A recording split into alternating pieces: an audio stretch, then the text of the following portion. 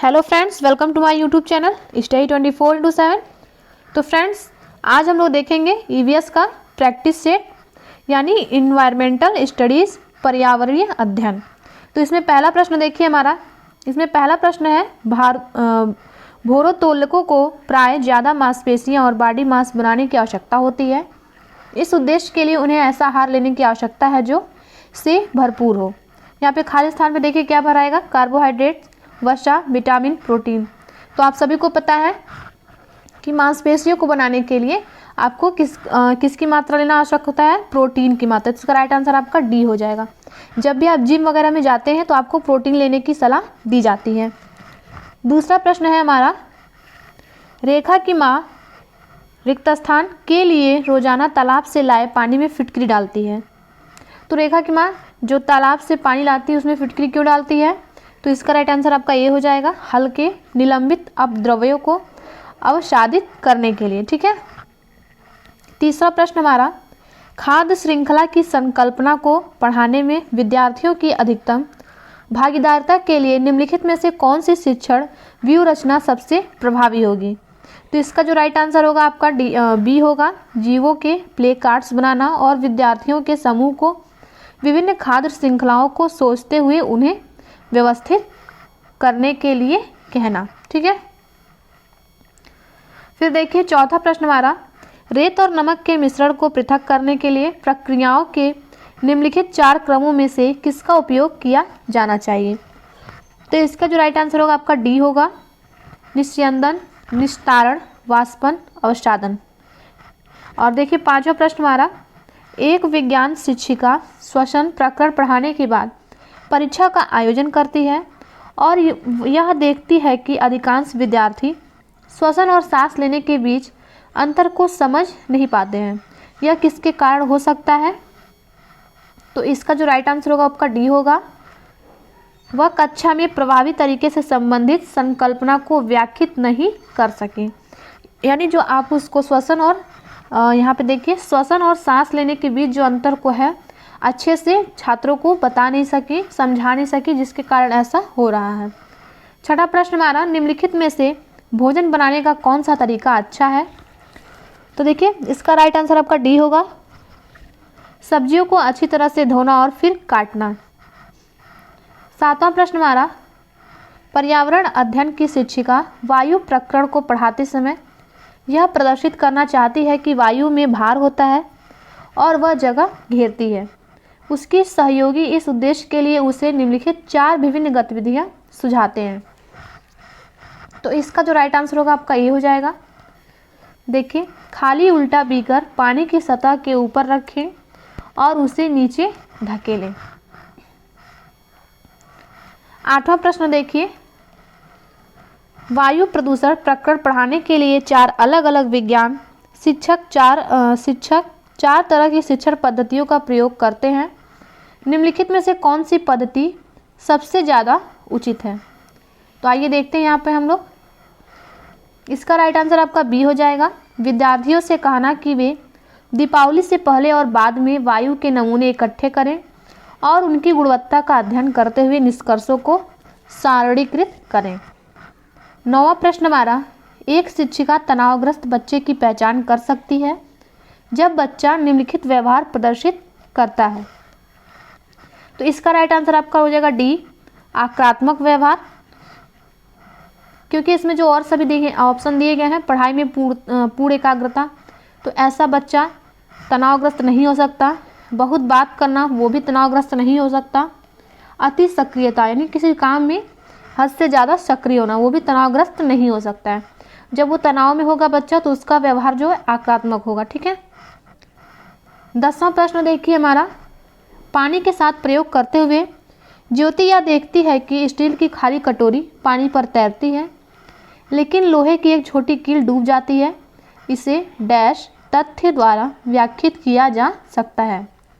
तो इसका जो राइट आंसर होगा आपका ये हो जाएगा, स्टील की कटोरी पर लगने वाला बल उसके भार की तुलना में ज़्यादा है, जबकि लोहे की कील पर लगने वाला बल उसके भार की तुलना में कम है।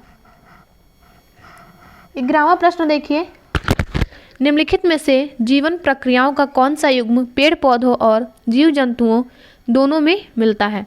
तो इसका जो राइट आंसर आपका हो जाएगा सी हो जाएगा, वृद्धि और प्रजनन। 12वां प्रश्न देखिए, अंजलि की सहेली दांतों में क्षय से बचने के लिए निम्नलिखित 4 तरीके बताती है।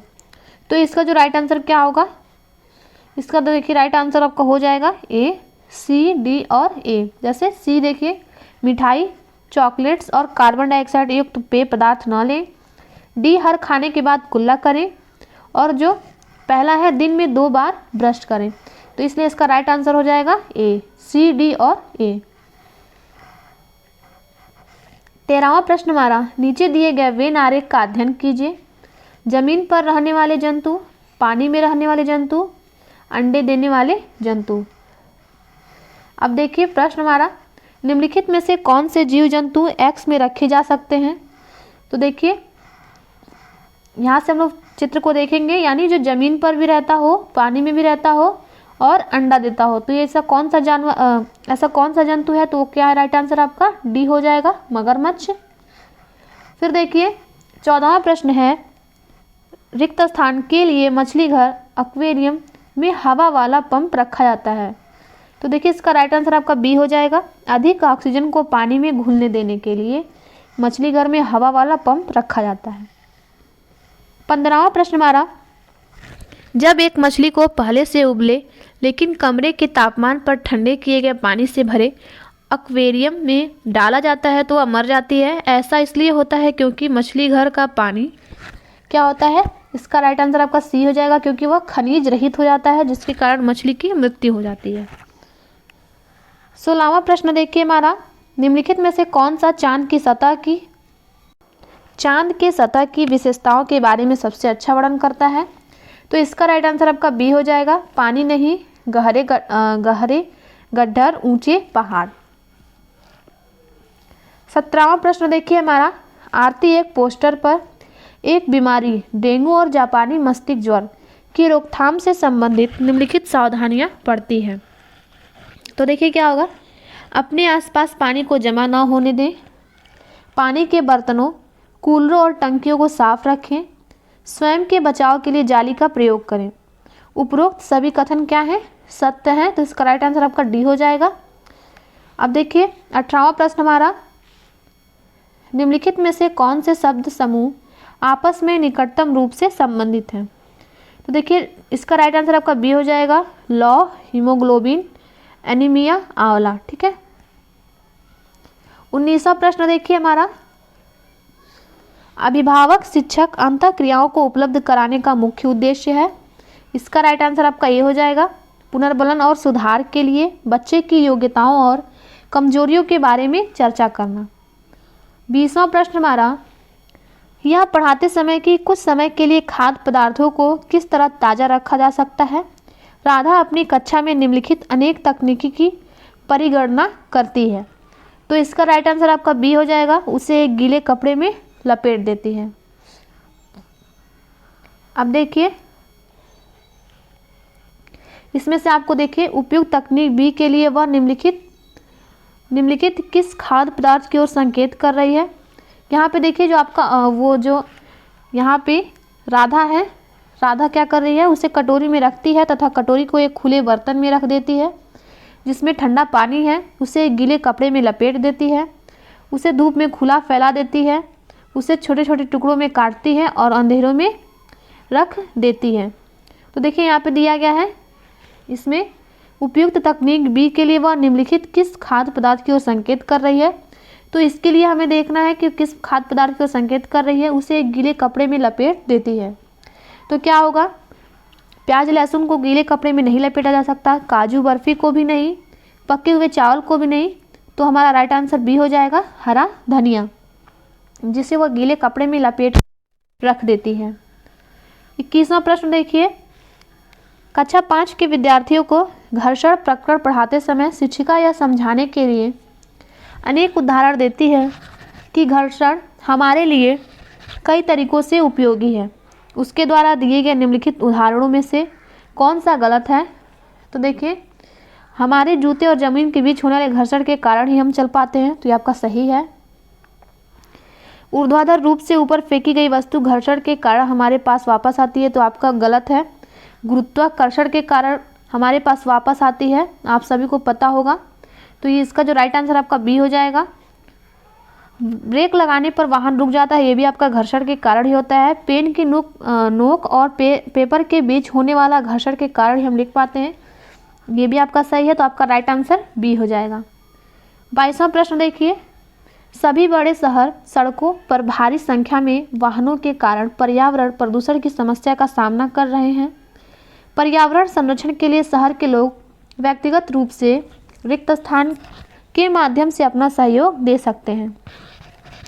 तो इसका जो राइट आंसर आपका हो जाएगा ए हो जाएगा, आने जाने के लिए सर्वाधिक यातायात व्यवस्था का प्रयोग करने से। ठीक है, और देखिए 23वां प्रश्न हमारा, कक्षा 5 का समीर अक्सर समय पर पर्यावरण अध्ययन की शिक्षिका के पास दत्त कार्य जमा नहीं कराता।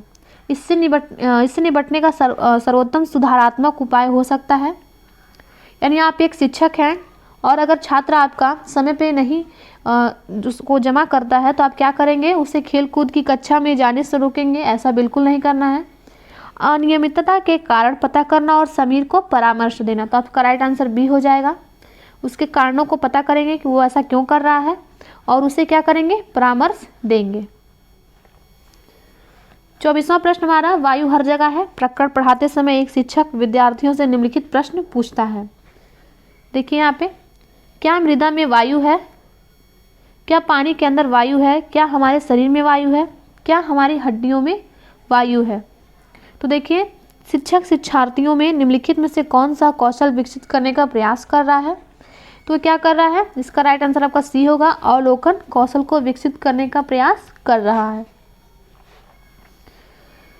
25वां प्रश्न देखिए, एक कक्षा में औसत से कम वाले 4 विद्यार्थी हैं। उन्हें अन्य विद्यार्थियों के समान लाने के लिए निम्नलिखित में से कौन सी व्यूह रचना सबसे प्रभावी होगी? इसका राइट आंसर आपका ए हो जाएगा, उनके अधिगम के कमजोर क्षेत्रों को पहचान करना और उसके अनुसार सुधारात्मक उपाय उपलब्ध कराना। देखिए, आप जब भी इसमें जब आप भी टिक करेंगे, अगर इसमें छात्र के संबंध में कोई बात आ रहा है अगर आपके ऑप्शन में और वो छात्र के हित में है तो वो आपका राइट आंसर होगा। अगर नहीं के सेंस में है तो इसके जहाँ अगर नहीं है तो जब आपका नहीं अगर प्रश्न में है आपके तो इसका उत्तर भी क्या होगा, आपका नेगेटिव होगा। ठीक है, यदि और जब देखिए यहाँ पे जब इसमें पॉजिटिव बात की जाएगी तो जो आपका आंसर होगा छात्रों के व्यू में, छात्र के लिए छात्रों का आंसर भी क्या होगा, पॉजिटिव होगा। अगर आपका क्वेश्चन पॉजिटिव है तो उसका आंसर भी पॉजिटिव होगा। यानी छात्र के लिए अगर हित में बात किया जा रहा है तो उसका आंसर भी छात्र के हित में ही होगा। आगे बढ़ते हैं हम लोग। 26वां प्रश्न हमारा, एक संतुलित प्रश्न पत्र बनाने के लिए निम्नलिखित चरणों के क्रम में से कौन सा सही तरीका है? तो इसका जो राइट आंसर आपका डी हो जाएगा, डिजाइन तैयार करना, ब्लूप्रिंट तैयार करना, प्रश्न लिखना और उनका संपादन करना, अंक योजना लिखना। 27वां प्रश्न हमारा, एक कक्षा के अनुभाग अ को पेट्रोलियम और कोयले के भंडारों में रिक्तीकरण प्रकरण पढ़ाने के लिए मल्टीमीडिया कैप्सूल का प्रयोग किया गया, जबकि अनुभाग ब को ग्रीन बोर्ड पर आरेख बनाते हुए पढ़ाया गया। बाद में यह पाया गया कि अनुभाग अ के विद्यार्थियों ने एक बेहतर सीमा तक प्रकरण को समझ लिया। ऐसा होने का कारण यह हो सकता है कि, तो इसका जो राइट आंसर होगा आपका सी हो जाएगा, दृश्य श्रव्य सामग्रियां बेहतर संधारण के लिए सभी इंद्रियों को शामिल करते हैं। यानी जो आप उन्हें समझा रहे हैं, अगर उन्हें आप श्रव्य दृश्य यानी दृश्य श्रव्य यानी उस चीज़ को दिखाकर समझाएंगे तो उससे जो छात्र हैं ज़्यादा सीखेंगे। 28वां प्रश्न हमारा, कक्षा में पोषण प्रकरण का परिचय अधिक प्रभावी तरीके से देने के लिए एक शिक्षक को, तो इसका राइट आंसर आपका ये हो जाएगा, विद्यार्थियों को अपने टिफिन बॉक्स खोलने और उसकी सामग्री यानी भोजन को देखने के लिए कहना तथा बाद में शिक्षक को व्याख्या करनी चाहिए कि पोषण क्या होता है, ये कैसे मिलता है। आगे बढ़ते हैं हम लोग। 29वां प्रश्न हमारा, शामिल करना, खोजबीन करना, व्याख्या करना यानी विस्तार देना और मूल्यांकन करना। विज्ञान के प्रभावी शिक्षण से जुड़े 5 महत्वपूर्ण यश हैं।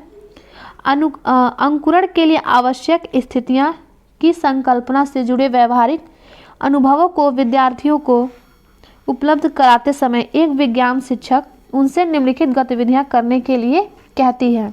देखिए, पहला है बीजों को रात भर पानी में रखें और उन्हें सूती गीले कपड़े में रखें। दूसरा, 2 दिन बाद बीजों का अवलोकन करें और आए परिवर्तनों को रिकॉर्ड करें। तीसरा है पुस्तक पढ़ें और दिए गए कार्य पत्रक का काम करें। शिक्षक द्वारा दी गई उपयुक्त गतिविधियों में इन 5 में से कौन से शामिल नहीं होते हैं? तो इसमें देखिए, इसका राइट आंसर आपका सी हो जाएगा, इंगेज और एक्सप्लोर। ठीक है, यानी जो आपका है शामिल करना और खोजबीन करना, इसमें ये आपका शामिल नहीं है। तीसरा प्रश्न देख लीजिए। भारत में समृद्ध वनस्पति जात और प्राणी जात के बारे में पढ़ाने के बाद विद्यालय द्वारा प्राथमिक कक्षाओं के विद्यार्थियों को रणथंभौर राष्ट्रीय उद्यान ले जाया जाता है। यह रिक्त स्थान में विद्यार्थियों की सहायता करेगा। तो क्या करेगा? देखिए, राइट आंसर आपका ए हो जाएगा, कक्षीय अधिगम की वास्तविक जीवन स्थितियों के साथ जोड़ने में सहायता करेगा। यानी आप कक्षा में उस चीज़ को पढ़ा रहे हैं और उसके बाद आप उस जगह पे ले जा रहे हैं, तो छात्रों को ज़्यादा चीज़ें सीखने को मिलती हैं और वो ज़्यादा समय तक उनको याद रहती हैं। तो फ्रेंड्स, वीडियो अच्छा लगे तो लाइक करें, शेयर करें और हमारे चैनल को सब्सक्राइब करें। और परीक्षा में जाने से पहले इस प्रैक्टिस सेट को एक बार ज़रूर से देख के जाएं, क्योंकि इससे आपके बहुत सारे क्वेश्चन मैच करते हैं। थैंक यू फ्रेंड्स, मिलते हैं नेक्स्ट वीडियो में।